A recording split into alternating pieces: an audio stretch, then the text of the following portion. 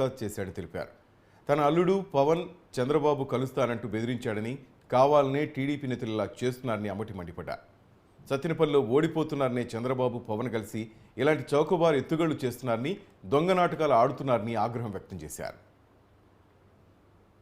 Pawan కళ్యాణే మాట్లాడించాడు, Chandrababu support చేస్తున్నాడు, ABN TV5 దీన్ని పదే పదే వేస్తున్నారు. ఇది దుర్మార్గం కాదా అని అడుగుతా ఉన్నా.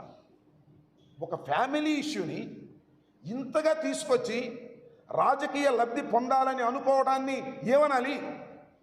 అది నా ఆవేదన. ఎస్, నేను ఇవాళ సత్తెనపల్లిలో గెలవబోతున్నానని తెలిసిన తర్వాత ఇలాంటి చీప్ ఎత్తుగడలు, చౌకబారు ఎత్తుగడలు నా ప్రత్యర్థి కన్నా లక్ష్మణ, నన్ను ఓడించాలనుకుంటున్నటువంటి పవన్ కళ్యాణ్, నన్ను అసెంబ్లీకి రానియకూడదనుకుంటున్నటువంటి చంద్రబాబు నాయుడు కలిసికట్టుగా ఆడుతున్న నాటకం కాదా ఇదని అడుగుతా ఉన్నా నేను. ఏమిటి దుర్మార్గం? మాలుడేమో వీడియో చేసి ఏబిఎన్లోనూ TV5లోనే వేస్తాడు, పవన్ కళ్యాణ్ ఏమో పొన్నూరు వచ్చి మాట్లాడతాడు. ఇది ధర్మమేనా? ప్రజలు ఆలోచించాలి. నా ఓటర్లు